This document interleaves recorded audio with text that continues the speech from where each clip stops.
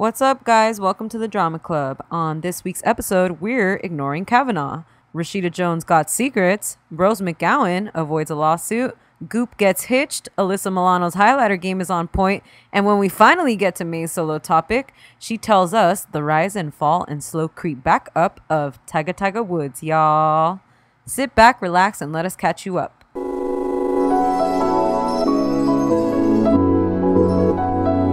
What up, fam? What up, fam? It's good, y'all. Feels good, right? Good, right? Yeah, I know it, dude. And without further ado, we broadcasting live from CA. Oh, I like these episodes that I don't have to do anything. Just listen. Yeah. Yeah, I like those. I like doing just those too. lazy. Oh my god. What's the hot topic? I don't know, dude. I don't want to do Kavanaugh. Yeah. It's too much. It's too hard. We can't ignore it. I know. I mean, I've been talking about it all day. I just don't want to put it on the podcast. Oh, where's my phone? I don't know. Who gonna call you? You. But anyway. All right. Anyway. I digress. So we're sad about everything. Yeah. It sucks being a woman, as per usual. Yep. What else happened this week? Oh, I thought it was pretty crazy that Rashida Jones had a baby with the lead singer of Vampire Weekend. Yeah, and that I didn't even know they were together. That's crazy. No one knew they were together. No one knew she was pregnant. No one knew she had the baby. That shit is crazy. Yeah. Props Good to her. for her. That shit's hard to pull off. Yeah. I like her. She's cool. She's She's smart real as fuck. cool. Yeah. She's the tiniest bit problematic. Like she does she has this show on Netflix called, I think it's called Hot Girls Wanted or something. That yeah, it kind of looks down on like sex work and the sex industry. And she's, I don't know, I don't like that. She should be more woke than that, but what are you gonna do? She went to Harvard, right? Or some crazy. She went to an Ivy League for sure. Mm-hmm. Yeah, I didn't know that, but okay. I thought it just explored like their lives. I haven't seen it. Have you seen it? No, but from what I understand, like the way that, they cover it is kind of problematic. Yeah. Okay. Remember her episode of The Getaway? Yeah, that was the other thing I was gonna say, and I was like, I don't want to shit on her too much, but she was boring as fuck. Yeah, she's a little boring. It's because she's a nerd. Yeah. She's a pretty ass nerd. Like that's like you can skate through life like that. Yeah, Ronan Farrow was on that episode too. Yeah, because they're really homies. Close. Yeah. That's cool, I guess. Whatever. Whatever with your however. What else fun happened this week? There has to be something like good that happened. A good little scandal. A good drama? I wish. Rose McGowan. Oh yeah, she apologized. She apologized. She was scared. I know that's definitely just to avoid the lawsuit. Yeah. Or whatever that she was threatening her with. Right. I was kind of hoping that something worse would happen between them two. Like I kind of just want them to take each other out. Yeah. Yeah. Fuck. Are you at all interested in that Lady Gaga movie? The 5th remake of that movie? Nah, I'm good. I didn't realize that what's his face like put it together, Bradley Cooper. Yeah. He seems like an egomaniac to me. Yeah. I don't care for him. I don't know. I don't like him. Oh, why does he seem like an egomaniac though? Just because he's I produced this, I wrote it, I starred in it. Like, I'm going to sing in it. Yeah, that's very Brown Bunny of him. Yes. Gwyneth Paltrow's getting married like tomorrow. Oh, she is, right? Yeah, she's at like her rehearsal dinner right now. I actually saw a photo of her with, I think she posted it on her Instagram with like Robert Downey Jr. and she looked really great. And I was like, damn, all that goop bullshit must be working. The steam your vagina, it'll like take 10 years off your face. Good for her. Yeah. Steam that vagina, girl. Get all that steam out. The hell? There must have been something. Alyssa Milano at the hearing. Oh, yeah. That was weird. I wasn't expecting that. I had noticed her before, and I just thought like, oh, that girl knew she was going to be on TV. She looks fucking great. Then I like opened Twitter and I was like, that's Alyssa Milano. Oh, Travis Barker was hanging out with Kourtney Kardashian. Yes, Kourtney Kardashian. That's cool, I guess. But I heard she had another boyfriend. Oh, good. Like, so I guess they're just friends. Maybe. They live close to each other, and I know they've been spotted out before, like with their children. Mm-hmm. Because I think that his kids aren't crazy far off from her oldest. Yeah. So I know they know each other. I mean, yeah, totally could be just them hanging out. It's just so weird to see them two together. Yeah. They don't go together, I guess. You know what's weird? Seeing adult male-female friendships. Yeah, they don't exist as often. Right. When you're young, sure, like Yeah. you have plenty of male friends, but yeah, I would imagine it's different in your late 30s, early 40s or something. Yeah, totally. Most people are like married or something, busy with their kids, I guess. Right. What else? Cardi B. Oh, with her boobs? Oh, what about her boobs? She was talking about her boobs. She was like, when I was pregnant, my boobies were looking real good. And now they low. So she said she was going to get her boobs done. She was like, I don't want y'all to be looking out for the picture, so I'll just tell you. Oh, October 12th, I'm having my fucking boobs done. That's tight. Good for you, Cardi. I feel like there's something obvious that we're missing. Something obvious? Yeah. Oh, Cher. Oh, yeah, Cher. Well, there's not a whole lot to that. Not yet, right? It's still developing. It's a developing story, everybody. Cher's assistant was taken out of her house, right? Her assistant's son, who lives at Cher's mansion in Malibu. That's awesome. That's so cool. But anyway, imagine just like, oh, where do you live? Oh, at Cher's house. Yeah. Okay. Well, Cher's assistant's son was forcefully taken out of Cher's house by police. That's crazy.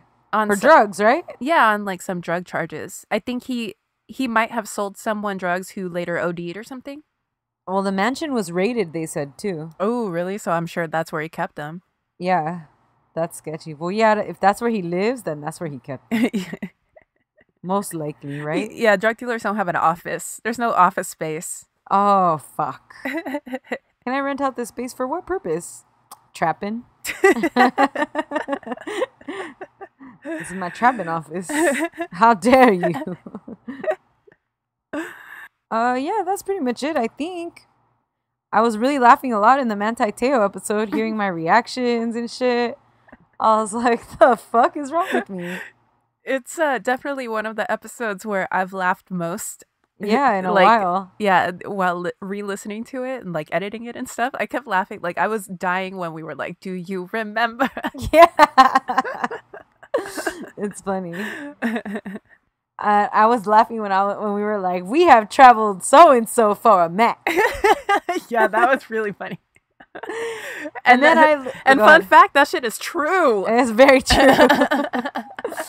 There is no distance I will not travel for a Mac. Ain't no mountain high. True. Here we are at a golf course. All right, well, guys, my name is May. And my name is Stephanie. And this is the Drama Club.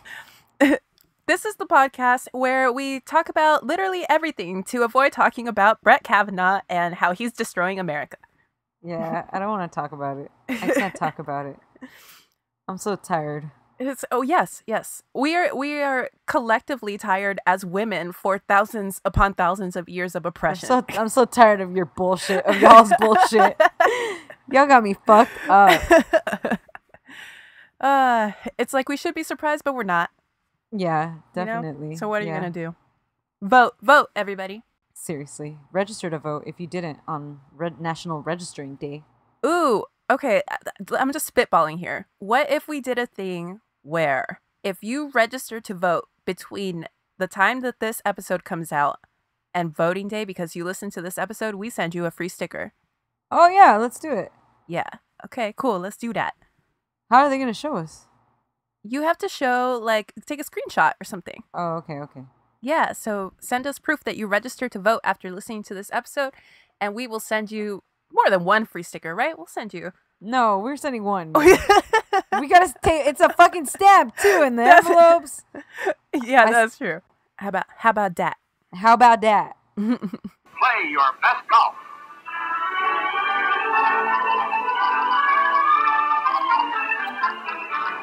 Okay, yeah, so you want to start?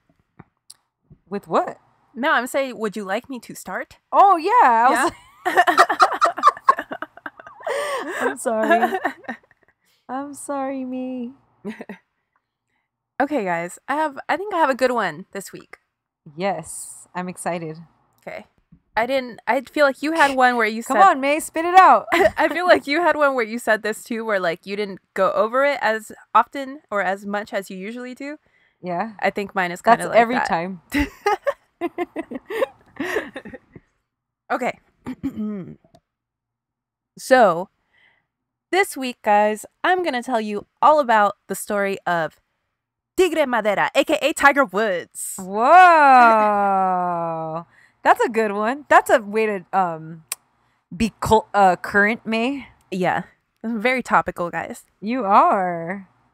Okay, so most of this is from the Vanity Fair article, The Temptation of Tiger Woods, Part 1 and 2 by Mark Seal. Exciting. I also watched a documentary on YouTube called Tiger Woods, The Rise and Fall. That's it? That's it, yeah. And death. All right. Eldrick Taunt Woods, a.k.a. Tiger, was born on December 30th, 1975 in Cypress, California. Oh, he was? Yeah, he was.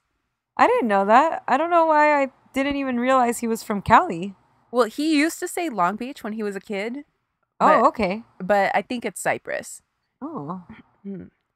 His father, Earl, was mostly African American, but with some Native American, Caucasian, and Chinese ancestry.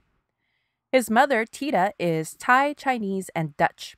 Oh. This is why Tiger refers to his ethnicity as Cablayanasian, which is Caucasian, Black, Indian, and Asian. Which kind of sounds like that line from Cablayanasian. That from Miami, that Will Smith song, right? Does he say something like that? He's like, Black, white, Cuban, and Asian. Oh, yeah. And A Tribe Called Quest. I like them black, white, Puerto Rican, and Asian. Yeah. So, okay. Earl and Tita met while Earl was a Green Beret lieutenant colonel on a tour of duty in Vietnam in 1968. He had a short leave in Thailand where Tita was working as a secretary in Bangkok. When Earl returned to the States following his tour, he asked an attorney friend of his to go inform the woman that he was married to that he'd be leaving her and their 3 kids and moving to San Francisco. Wow. So he was already married? Yeah, he was married. He was already very married. Mm-hmm. In her memoir, Earl's first wife, Barbara, wrote, quote, "What no one told me was that this is where the Oriental woman would be waiting for him." Oh, Barbara. First of all, someone asked Tiger Woods' dad's first wife to write a memoir. Yeah, we are so fucking deep. Come on, guys. We love the drama, but do we really need to do that? But you know what that means? That means we can definitely get a book deal. Why? Because one of us fucked someone famous? No, because I was just saying, like, if they're so desperate for drama from someone like 3 times removed from like anything, like we can, you know, we got more stories in us than Tiger Woods' dad's first wife. Yeah. Could you imagine? He left you and then he had a son and that son was Tiger Woods. fuck? You're looking at all your basic children. They're like teachers and shit. You're like, fuck you, Josh. Fuck you. Earl Jr., go to your room. Okay, so Why can't any of you play golf? So, second of all, I can't believe that her editor let her use the word Oriental. Yeah, that's real spicy. My parents used to use that word too, which at least in my mind was an upgrade from what Latinos usually say, which is what? Chino for everybody. Oh, you know, I guess so. no matter where you're from. But they don't say that anymore because I think they got tired of me saying, like, what exactly does Oriental mean? Where, yeah, I basically annoyed the shit out of them until they stopped saying it. Earl trained him from an early age to play golf. We're talking from the time he was a toddler. Yeah, remember that video of him on Ellen? No. He's real little. He's probably like 8 or 9. He's not on Ellen. Oh, okay. It's a daytime show. I don't know which one it is. Oprah? Probably, I would doubt it because he was born in 1975. 2 years old. Where is he? Mike Douglas. I'm going to talk about that right now. Oh, okay. Okay, so by the time he was a toddler, he already had a club in his hand. And then by age 2, Tiger was already a sort of child prodigy / sideshow attraction because he was so good at golf. His first of several TV appearances as a child was when he was 2 and he putted with Bob Hope on the Mike Douglas show. While Earl trained him and gave him confidence, his mother, Tita, gave him a killer instinct. Tiger says, quote, "Mom beat the hell out of my ass. I still got the handprints." Ooh. Tita told him, quote, "Go after them. Kill them. When you're when you're finished, it's sportsmanship. Before that, go for the throat. Don't let the opponent up." Holy shit. Of Earl, Tita said, quote, "Old man is soft. He cry. He forgive people, not me. I don't forgive anybody. When Tiger was a kid, I told him, you will never ruin my reputation because I will beat you." Oh, shit. So Tiger had all of this pressure on him, literally since he was old enough to hold the club, which was before he could barely walk. Not only that, but he was the only brown kid in his class. And on his first day of kindergarten, he was tied to a tree by older kids, and they threw stones at him and spray painted the word naranja on him. Oh my gosh. With a hard R. Oh no. So he was dealing with a lot. Yeah. And not only did he have the expectations from his parents in regards to golf and the normal expectations like school, like everybody else, but they told him from a very young age that he was put on earth for a higher calling, some sort of huge humanitarian mission that he would eventually figure out. Later, Earl told Sports Illustrated, quote, "Tiger will do more than any other man in history to change the course of humanity." The reporter asked, "Anyone, really? More than Joe Louis, Jackie Robinson, Arthur Ashe, Mandela, Gandhi, Buddha?" And Earl replied, quote, "Yes." Wow. By 5 years old, Tiger was already in Golf Digest. And by 7, he was already winning 10 and under junior tournaments. By 8, he broke 80 for the first time, whatever that means. I imagine it's really good, though. And he won the Junior World Championship 6 times, including 4 in a row from 1988 to 1991. He broke 70 for the first time at 12, whatever that means. And and basically he spent the rest of his teens straight killing it. He even started working with a psychologist who would hypnotize him, so he'd basically sort of have a brownout while playing. I forgot that he did that. Yeah, like he wouldn't remember playing a hole because it would all just be automatic. Yeah. He was named most likely to succeed of his high school graduating class. Obviously. Who the fuck? Who was the other chump that even tried to get that one? Josh, his half-brother. Josh. No one cares about your diorama, okay? And he went to Stanford on a golf scholarship. Hmm. Meanwhile, through all of this, Earl was getting bitches. Oh. He was a womanizer. Yep. You don't say. Just woman after woman after woman. But he's still married to Tiger Woods' mom? Yeah. Okay. And he was either unable or unwilling to fully hide this from Tiger. Oh, shit. This caused baby Tiger a lot of distress. Yeah. Could you imagine his dad probably took him to tournaments and would hook up with other girls right in front of him and shit? Yeah. Exactly. Like a sleazy dad. Yeah. I saw a little interview with the family's neighbors from across the street who Tiger knew his whole life. Uh-huh. And they couldn't wait to gossip about the fact that they always saw Earl with women. Fuck. And they especially couldn't wait to point out that they were all blondes. Ooh. Like they were saying that like that was the tea. Yeah. I was like, you know. you racist motherfuckers. Okay. His coach throughout most of his childhood and adolescence said that he felt really bad for him because he didn't have any friends since all he did was go to school and play golf. Like that was it. Yeah. So his coach, a grown-ass man, was his only friend.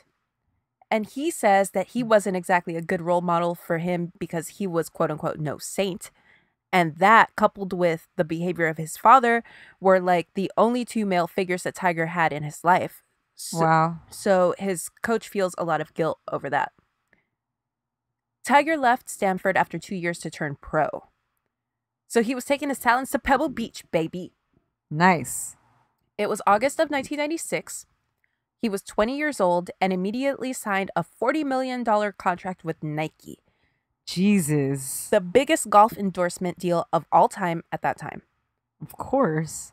He's the dream. Yeah, exactly. Could you imagine just the advertising off that? Yeah. Fucking kid was born and bred. The previous biggest deal was $8 million. And who was that with? I don't remember. Okay. In April of 1997, he won his first major, the Masters, by 12 strokes, which was huge because that was a record and it wasn't even close to the previous record. Yeah. He was the youngest winner ever and became the #1 ranked golfer in the world. That's fucking sick. So this is when I can't imagine what it felt like to be him at that time. Yes, That's fucking crazy. This was what, 6 months after he turned pro? Like, yeah. Signed the biggest deal of all time for a golfer. yeah. Fucking killing it. Top of the world, baby. In some documentary, I saw Celine Dion talk about when she first saw him, and she was like, What? Why? Wait, why on earth did any documentary feel the need? You know who we need to comment on Tiger Woods? Celine Dion. Celine. Can somebody get Celine on the line? And she was just like, he had that killer instinct and he was gorgeous and he was just like at the top of the world. And I was like, damn, Celine, you were trying to get it in with Tiger? So anyway, this is when Tiger Woods became fucking Tiger Woods. Like, This is like what we know him as. I don't really give a shit about golf, so I'm not going to go into his career. Suffice it to say that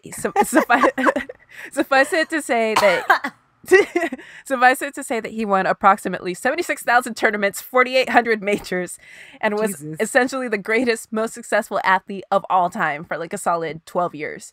That's awesome. Shout out to Serena Williams. Nothing but respect for my greatest athlete of all time. I will say that I found it interesting that what everyone says made him so successful was that he was an actual athlete. Ooh. He was literally golf's first athlete because everyone up until that time had been these like fat, sloppy dudes. Yeah. Those guys. Tiger ran like 4 to 5 miles a day first thing in the morning. Then he lifted weights and he did a lot of stretching and yoga based type exercise. And then he'd hit balls for 8 hours a day. So he wasn't fucking around. That's crazy. That's crazy that he could change the game like literally just by trying. Yeah, you know? Just putting half a day's effort into it. Anyway, so because of this, he could drive farther than anyone had ever seen, and they had to start tiger-proofing golf courses so that he wouldn't just annihilate all his opponents. There was a lot of talk around that time about whether or not Tiger was actually good for golf. Like, they worried that because he was so good, it wasn't competitive anymore, so people would be turned off. Which honestly sounds like some white nonsense to me. Yeah, what are you talking about? Yeah. I would love to see this young kid murder this old fat dude. Yeah, exactly. Sounds amazing. Yeah, but they did not like that. Yeah, whatever. And in fact, Tiger opened golf up to an audience who had never given a fuck about golf before. Yeah. And especially to a lot of minority children who started getting into golf at a young age, which was awesome because a lot of little brown kids had never been exposed to the sport before. Yeah, that's awesome. Representation. And we have to remember that Augusta, which I think is where the Masters takes place, Yes. was segregated until, wait for it, 1990. What the fuck? 19 fucking 90. We were already born. Yes. What the fuck? And Tiger wins the whole damn thing 6 years later. That's crazy. That shit is incredible. It's really hard to understate what his presence in the sport meant for people of color. Yeah, And totally. honestly, it fucking blows my mind and it hurts my soul when I think about stuff like this. Tiger Woods is only 12 years older than us. It's like it's kind of like how it's crazy to me that there were still Jim Crow laws when Obama was born and like he fucking became president. Yeah, that's awesome. This isn't like, it's not some sort of vague like historical concept from 200 years ago. We're actually not that far removed from this shit. And We're not that far removed from most shit. People just like to pretend that we are. Yeah, they like to think like, oh, you know. But this way, it's so fucking blatant and in your face that it's like you can't fucking ignore it. Right. It's crazy. It's fucking insane. Yeah.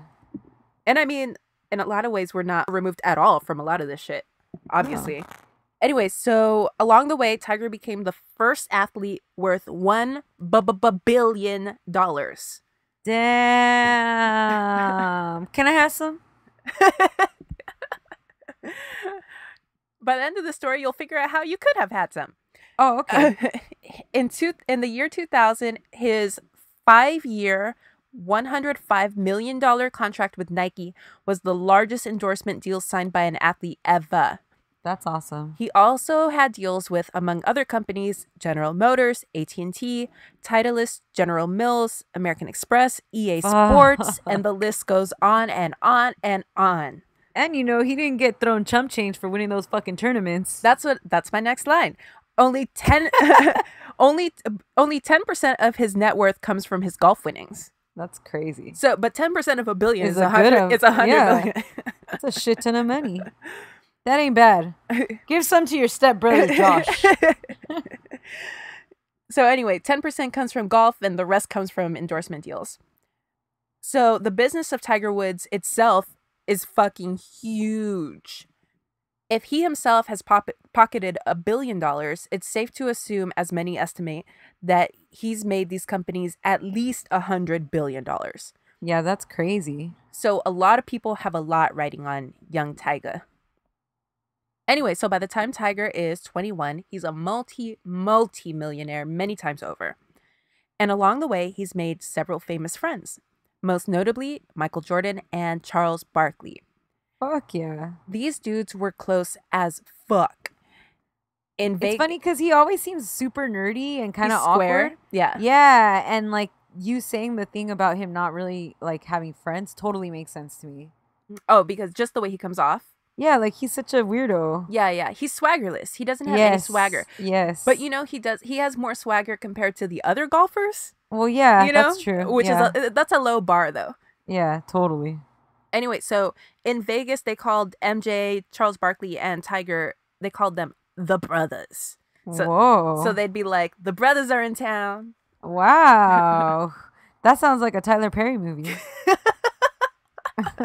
Tyler Perry presents The Brothers. The Brothers. Charles Barkley as himself.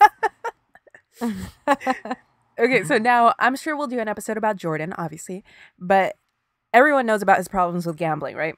Yeah. Jordan is a known gambling addict, and there's a couple of great conspiracy theories surrounding that I can't wait to get into at some point in the future.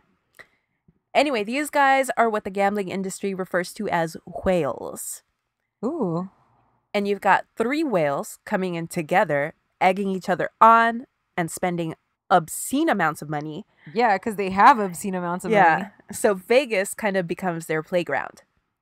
They'd play at the exclusive casino adjacent to the MGM Grand called The Mansion. Ooh.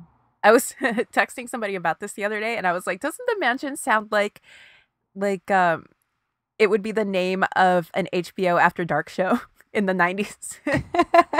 Yes. Like it would come on between Real Sex and Taxi Cab Confessions. Like, yes. The Mansion. Okay, so The Mansion is a place exclusive to whales. Like, you and I aren't going in there. They require you to get at least $1 million in chips just to walk in the door. and you're usually playing at least 25 grand a hand. So we all know how Vegas treats you when you gamble a few $100 at a casino. You start getting comped a room, you get a drink ticket here and there, a shrimp cocktail, etc., etc. Imagine like what they're throwing at these dudes. Oh yeah, fuck yeah. And Tiger was a young guy, and he immediately wanted to prove to the other two that he was in their league, so he developed a habit for playing big. Ooh. We're talking 30 G's a hand, which could easily go up to 150 grand a hand after raising your bets or whatever. So needless to say, the casinos love him. When you're a whale, you get your own VIP host. A VIP host is a person who's kind of like a personal concierge, and they get you literally everything and anything you could possibly want. For what it's worth, the MGM Grand claims that they don't use VIP hosts, but that's a lie. Yeah. So a VIP host is generally paid out bonuses depending on how much the client spends. So right, like all tips. Yes. Well, I'm sure that the clients tip them as well. Oh, okay. So they'll generally do. Oh, I'm sorry. They get bonuses from the hotel? Yes. And then they get a tip on top of that?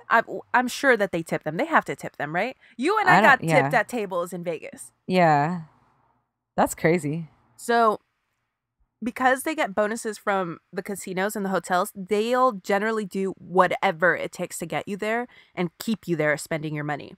Yeah. They might get you a private jet or a $10,000 bottle of wine, or even get the most in-demand sex workers delivered straight to your suite. Oh, shit. Michelle Braun was a famous madam who ran one of the world's top escort services. She had all the top girls on her roster. Ooh, what does this mean? She could get you some famous actress. She could get like famous actresses to spend a weekend with you for $250,000. Oh, shit. So if you had money and you wanted the best, you go to Michelle. Oh, shit. Unfortunately, she got shut down a couple years ago. Oh, R.I.P. R.I.P. I know. Can they let a sister play? Like, God damn it. That shit's impressive. Yes. Okay, but anyway, she knew Tiger because she was a whale too. Ooh. So she'd be gambling at the mansion with him and Jordan and Barkley. Wow. Although I imagine that being in those rooms would just be good for business, you know? Yeah, for sure. So she was probably just networking. Yeah, she just, right? It was a front. Right, gotta spend money to make money. Yeah. I'm sure being a madam is so fucking fun. I love to sell women for sex. It's probably a lot of work, though. Yes, I imagine so. Mm-hmm. Anyway, so Michelle says, quote, Tiger was just a horn dog. He had a huge appetite. He always wanted different girls and could go for hours at a time. What? For him, I think it was just more about his ego. He liked the attention of all these different women. She says that Tiger often requested, quote unquote, party girls, which usually means girls that do drugs. But to her knowledge, no one ever said that they specifically saw him do any drugs. Huh. And I should point out that Michelle has at least one wire transfer from Tiger that corroborates that he did do business with her. Wow. So it turns out that our little baby Tiger is a wolf. He likes girls. Okay, now, I don't know if this is a good time to say it, but a lot of these girls that we know about, and we only know about a couple dozen, so I can only imagine how many are really out there. Seriously. Because I'd be comfortable speculating that there are hundreds, just because I think that only a small percentage of women would kiss and tell to the press. Yeah. I think most women would probably just tell their homegirls, hey, I fucked Tiger, and like keep it moving, you know? Of course. Anyway, a lot of these girls are on record saying A, that Tiger has a huge dick. And B, that he's super good at sex. What? Yes. Got that golf stroke, baby. That stroke. Oh, God. That's Tiger so Woods weird. got the best stroke in golf. Well, God bless those women for letting us know because, you know. So our boy Tiger is a man of many talents. And I don't know why, but this shit is shocking to me. Me too, because he's a nerd. And he's a billionaire and he can lay down the pipe. But maybe his dad is like, you know how his dad used to sleep around with women? Maybe his dad introduced him to sex workers. Oh, so maybe he's like experienced. Yeah. Maybe. Also, it helps that he has a huge dick. Anyway, hole in one, baby. Elon Musk could never. Jeff Bezos is shook. Do you have another joke, May? Say it. That was it. That was all of them. So the world is Tiger's oyster, but he figures Jeff Bezos is shook. Oh, God. But he figures it's time that he settles down and starts a family. How old is he now? This was around 2001. Okay. 2001. So he's like 25. Okay. God, he's young. Yeah. Some speculate that this was at least in part a business move to kind of open himself up to another market if he started selling himself off as a family man. What? Yep, that's the best reason to start a family, right? For instance, he started endorsing a Buick that they were marketing as a sort of family vehicle. His fault. I'm going to start endorsing minivans, Costco. You know what, Tiger? It'd really help if you got married right about now. Dude, you don't become a $1 billion athlete like just fucking bitches in Vegas. You got to come correct. Enter Elin Nordegren. She was studying child psychology in Sweden, where she's from. And came from a pretty prominent family when she was discovered and became a model. However, she didn't want to put her studies aside, so she continued to pursue child psychology and would often brush aside lucrative modeling opportunities in favor of school. But she's still doing some modeling on the side, which sort of leads her to a gig at a boutique called Champagne. Oh. That's a gangsta ass name for a boutique. Yeah. It was there where she met Mia Parnevik, who was the wife of a Swedish pro golfer named Jesper Parnevik. And Mia was like, dude, Elin, you're a child psychologist. That's perfect. I need an au pair to come take care of my kids in our house in Florida and travel around with us on the golf circuit. Holy shit. That's like the best job offer of all time. First of all, shout out to Mia Parnevik, the bravest woman who's ever lived. Seriously. Because if you think my au pair is going to look like Tiger Woods' first wife. Yes, exactly. This bitch deserves a Congressional Medal of Honor. Yeah. It's a courage badge at least. Fuck. Oh, God. Anyway, you're a better woman than me, Mia. So basically, all the single golfers on the pro circuit made no secret that they were trying to get it in with Elin. Yeah. All the guys went crazy for her. But Elin thought golf was dumb, so she wasn't really into them. She kind of thought they were, just silly, and she always made fun of them. And Tiger was no different. Her boss, Jesper, introduced them at the 2001 British Open, and Tiger spent months trying to get at her. Wow. Side note, a few years ago, Jesper says that he regrets doing it because Tiger, quote, didn't turn out to be as good of a guy as I thought he was. Oh, yeah, that's really sad. Yeah, that sucks. Yeah. She must have been a good-ass nanny. Seriously. As your bonus this year, we're going to hook you up with Tiger Woods. Don't fuck it up.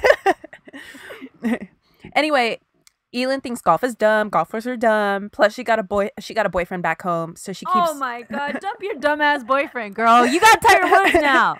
So she keeps curving Tiger, and he responds by blowing up her phone and messaging her like 6 times a day, which she found quote unquote pathetic. Does this girl not have homegirls? I feel like we would have been like, yo, Eden. That's what I'm saying. Like, knowing what I know about him now, I keep yelling at her saying, like, just get that D, girl. Have sex with him. Like, get that fool to pay your student loans and bounce. Yes. Get you a nice condo or something. Stay on tour and trap one of the dozens of good men that are throwing themselves at you. Fuck. Seriously. Anyway, so we know that Tiger's eggplant game is strong. But we also know that he's actually kind of awkward about everything else that goes along with it. Jesus. I think it's because he, like you said, he didn't, like, it's his lack of friends kind of led to him being awkward around women. Yeah, he didn't have like the normal developmental social shit. Right. So he didn't know how to talk to girls. His nickname in college was Urkel because he was such a fucking nerd. Oh, no. That's sad. He did, for a brief time, have one sort of serious adult girlfriend, a UCLA law student, Joanna Jagoda, but that didn't work out. The only other real girlfriend he had was a girl he dated named Dina Parr from junior high to his freshman year at Stanford. Oh, holy shit. That's a long-ass time. That's a long-ass time. Holy shit. He broke up with her by writing this note. Uh-oh. Okay. He's a freshman at Stanford? Yes. Okay. Quote, "Today I heard from my parents that you were telling everyone in the gallery who would listen that you were Tiger's girlfriend. Then you have the nerve to tell me in the clubhouse when a reporter asked you who you were, you responded with just a friend. My parents and myself never want to talk or hear from you again. P.S. Please mail my necklace that I gave you. Don't show up at the tournament tomorrow because you are just not welcome." Oh, shit. This is dramatic. died. Yeah. Oh my God. He was with this girl from the time he was like in middle school. So what, like 12, 13? Yeah. That's crazy. That was probably like his first and shit. Yeah, I'm sure. She probably taught him how to have sex. Finally, Tiger wore Elin down and they started dating. And Tiger was super into her because she was super private and wouldn't talk to anyone about the relationship, especially the press. Oh, that's cool. They dated for 2 years and he proposed on safari in South Africa. That's awesome. Yeah, she's like, try to find footage of Elin speaking. You won't find it. Like, oh, really? Yeah, she's always like very tight-lipped, even in pictures. right. And she ain't talking. And she also, all the women, the wives of the golfers, when they were on tour and stuff, they would go like on little side trips together and stuff. No, she wasn't like that. She was like very like, yeah, she's kept not to on some herself. Golf Wives shit. She Yeah. don't want to be on VH1. right. Also, you think she probably like suspected like, I gotta stay close to this man or something? Maybe, I don't know. I mean, I'm sure there were stories around the golf course about this fool no matter what, you know? Well, Because he not- had the history. But not enough because Jesper hooked him up with Elin. Oh, so that's true. That's true. yeah. And Tiger's pretty private. So I would imagine that he didn't let out all of this because it's not good for business either for people to be whispering about him, you know? Hell no. Okay. Their $1.5 million wedding was in Barbados, where they Wow. where they rented an entire resort for their 120 guests, including Tiger's homies Michael Jordan and Charles Barkley, That's fucking sick. the brothers, aka the Imagine- troublemakers. Could you imagine what they were talking about on that trip? They were probably- talking so much shit. They were like, dude, the shit we seen Tiger do. I can't believe this fool's getting married.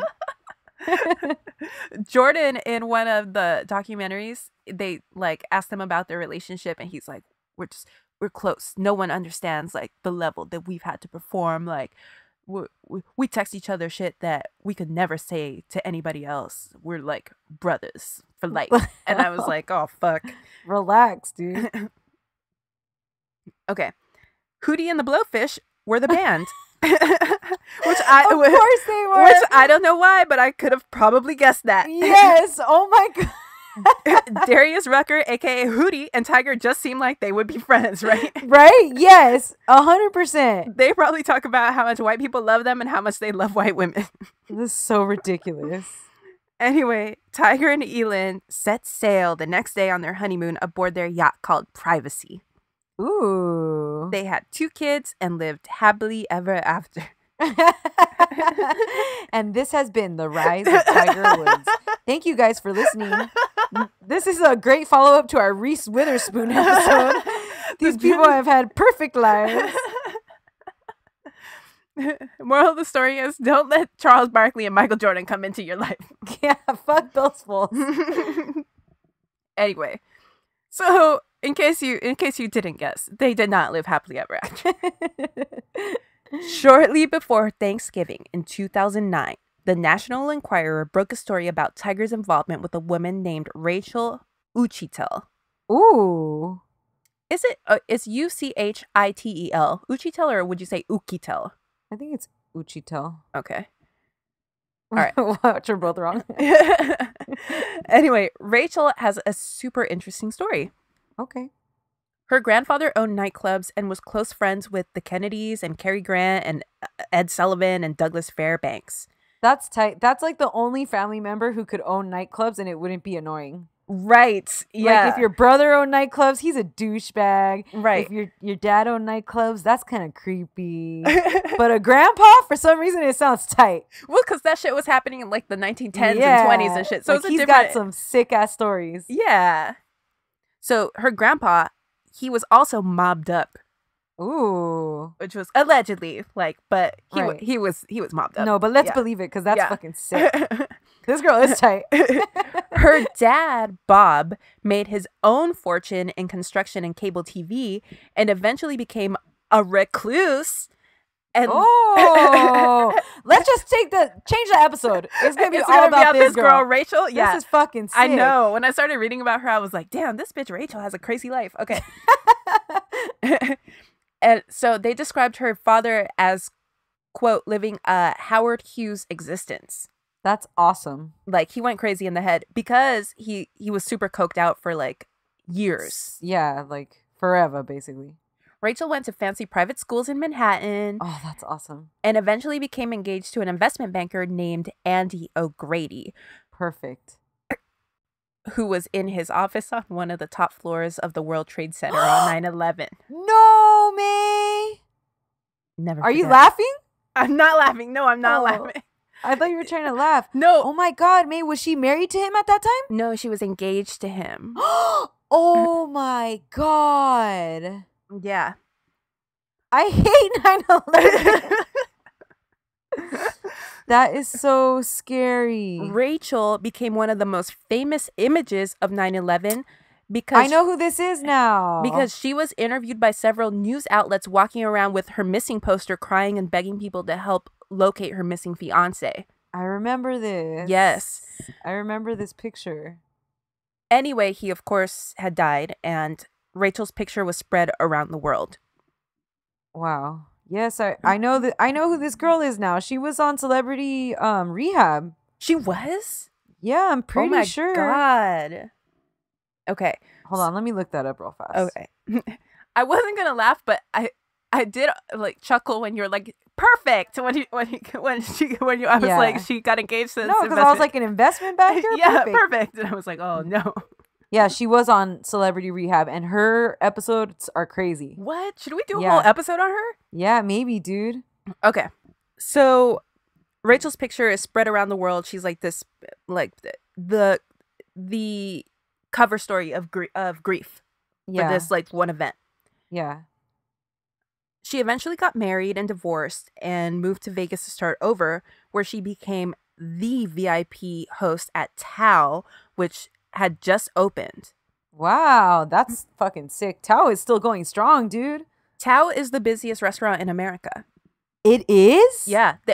Still? The big, no, it's, well, I guess these two are not mutually exclusive, but they're either the busiest or they make the most revenue of any restaurant in America.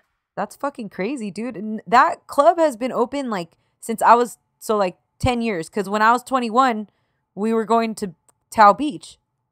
Oh, yeah. Yeah. So Yeah, that's so it's fucking been- wild for a club. They never last that long. Well, I think she's the hostess at the restaurant, though. Okay. Anyway, but she kind of got in on the ground floor because one of her childhood friends was one of the developers of Tao. Yeah. So he hired her, and so right when it opened, she was like the VIP host. Rachel fucking killed it at Tao, and eventually jumped ship to work at the bank at the Bellagio, and later came back to NYC and worked at the Griffin, where she met Tiger. That's awesome. They started a relationship, which we'd later learn wasn't unusual for Tiger at this point, and he had a ton of girls.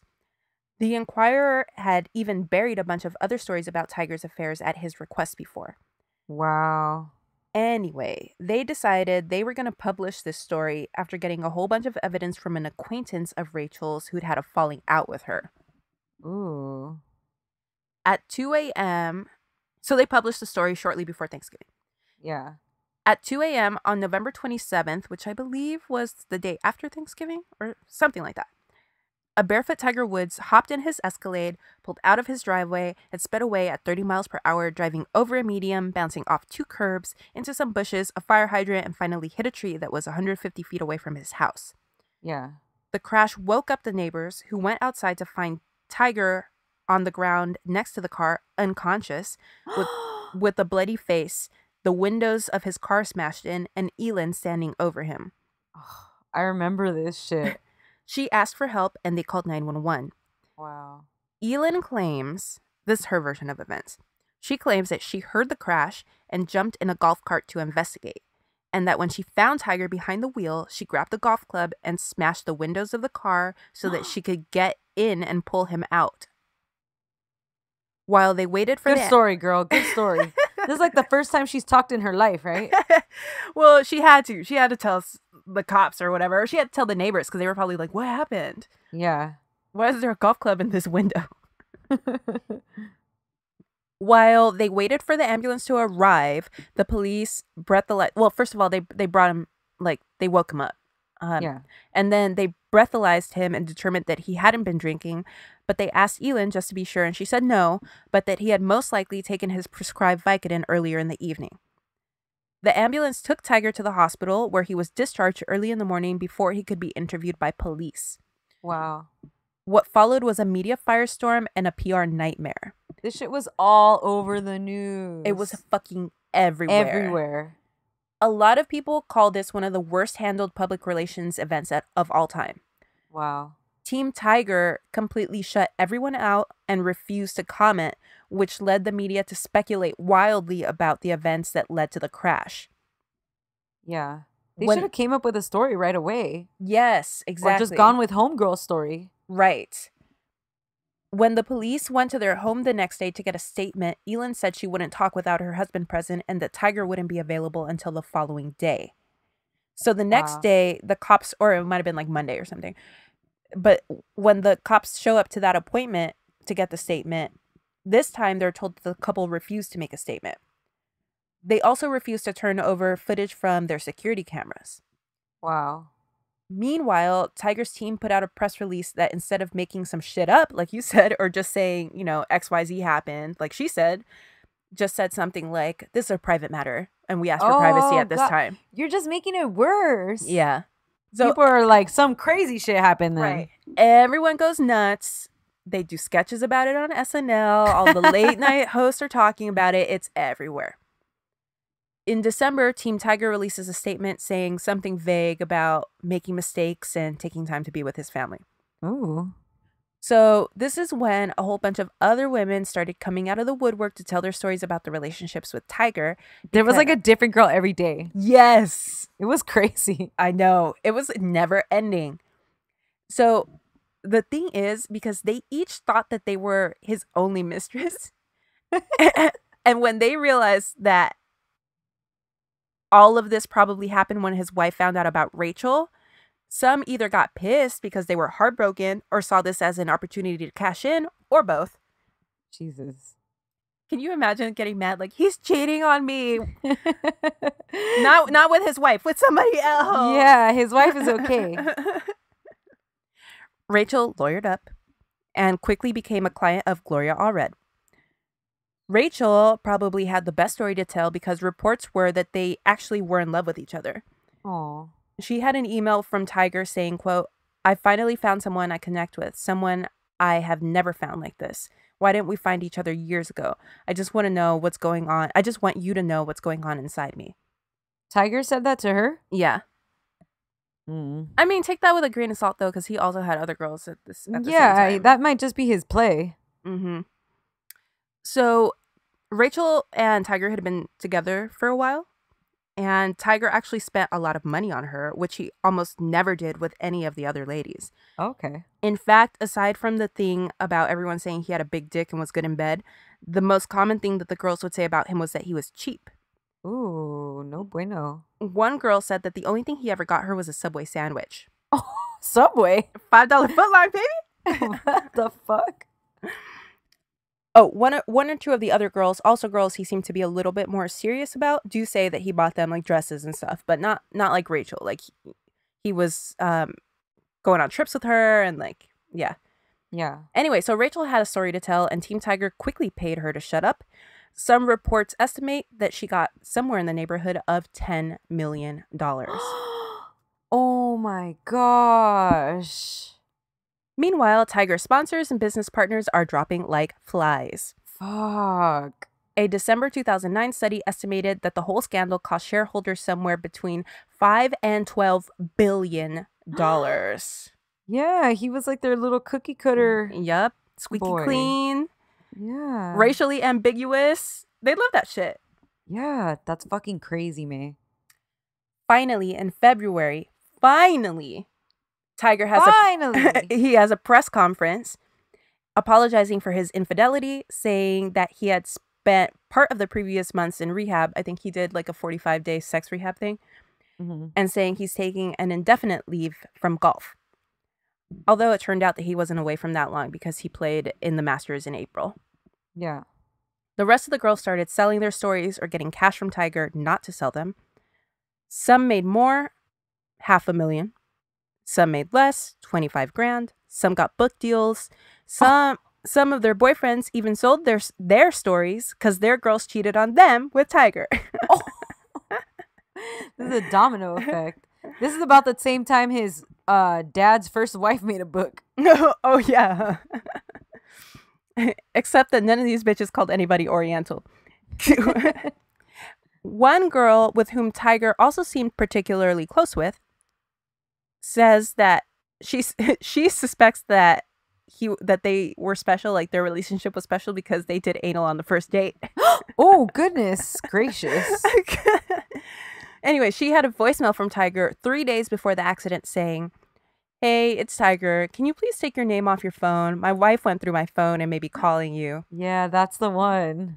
If you can, please take your name off and just have it as a number on the voicemail. You've got to do this for me. Huge. Quickly. All right, bye." All right, shut up. In the fallout, we got a bunch of really great / terrible stories about Tiger.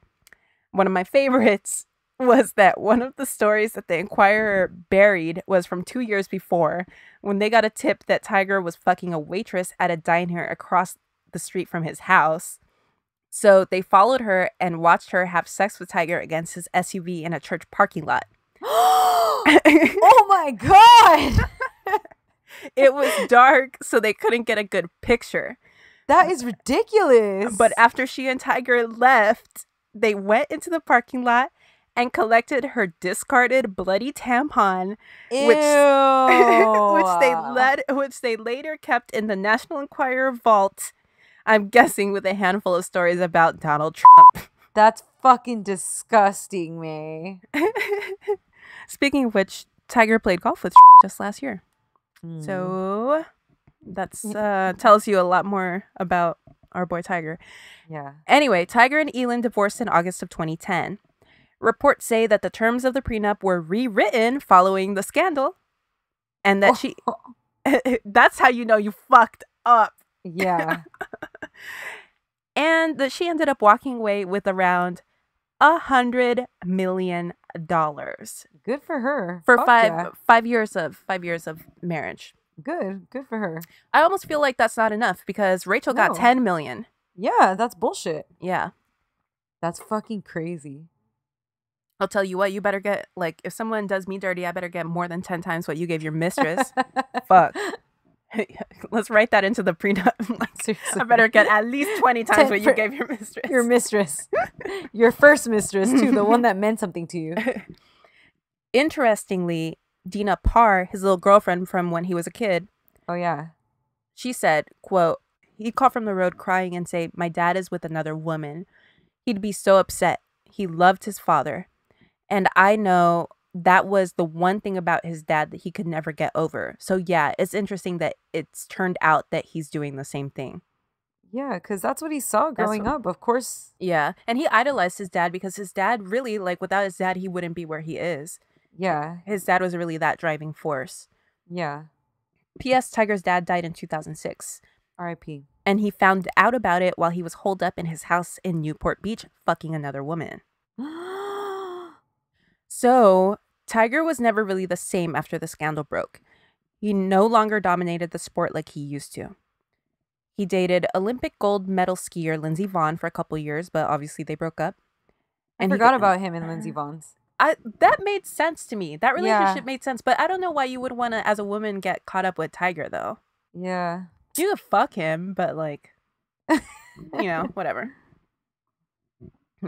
He's going to start dating Celine Dion. That's going to be... Okay. And he got arrested for a DUI last year after he was found asleep in his car at 3 a.m. in a traffic lane with the engine running. That was really funny. They have the audio for that one, right? They do? I didn't hear that. Yeah, it's so good, May. Oh my God. Please tell me he did the Reese Witherspoon, do you know who I am? Do you know my name, sir?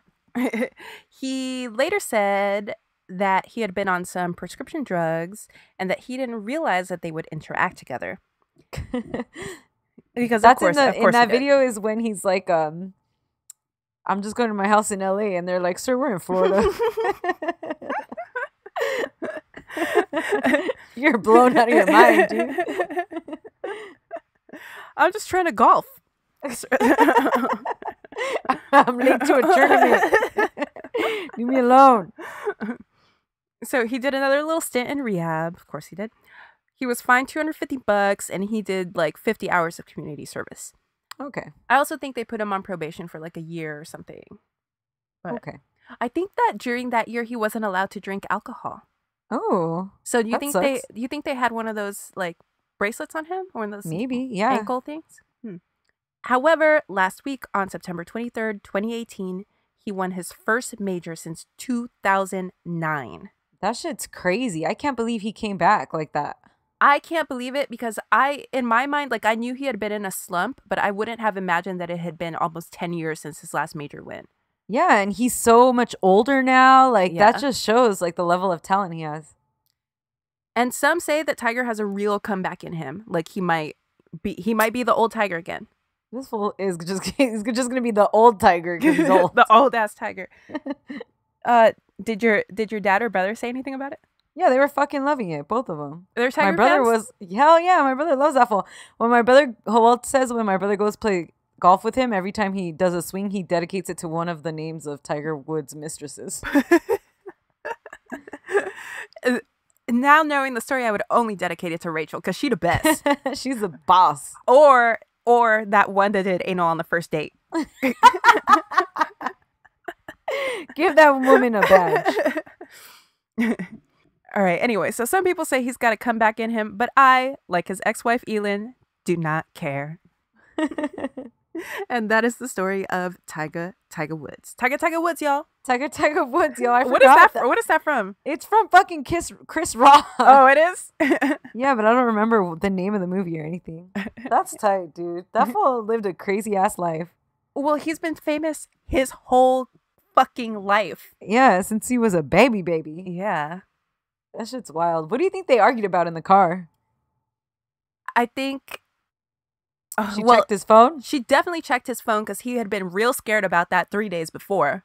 Yeah. She saw a fucking nude or something? Yeah, definitely. I lost my shit. Because he was a serial sexter is what we understand. Like all these girls have sex and like, I don't think any of them have pictures, but they all have sex from him. Yeah. That's awesome. Good for him. Just kidding. Take that out. So I think that, okay, she went through his phone, Avi, and then like they were probably arguing, and then he was probably like, all right, I'm gonna get out of here.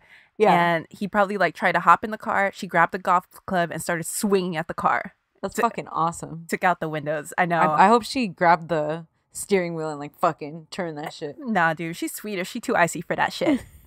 That's too emotional. Just smashing the car windows, that's just gangsta. I can't ever imagine anybody being jealous of that Tiger Woods is cheating on them. I hope you'd be like, thank God, get out of here, you freak. I'm gonna go on record as saying that in like 1999, for like 3 weeks with his little hat on and stuff, he was kind of cute. He had like, you know, with the good red polo. Yeah, good red polo, $40 million Nike contract. Like, fuck, winning every tournament. Okay, yes. I see you, Tiger. That fool has all the ingredients of being sexy. Yeah, he do. Yeah, but he just isn't. He's like ethnic. He's smart as fuck. Right. Talented as fuck. Rich as fuck. Rich as fuck. Like everything Yeah. that should make a sexy guy, but it just doesn't come together. He's a winner. Yeah. Yeah. You know what the problem is? friends with Charles Barkley. Yeah. Don't let your friends be friends with Charles Barkley, guys. Do you think he's still friends with Hootie? I hope so. In my mind, they are. In my heart. No, Hootie's too squeaky clean. You can't fuck with him anymore. He's like, I'm sorry, Tiger, but no. I do country music now.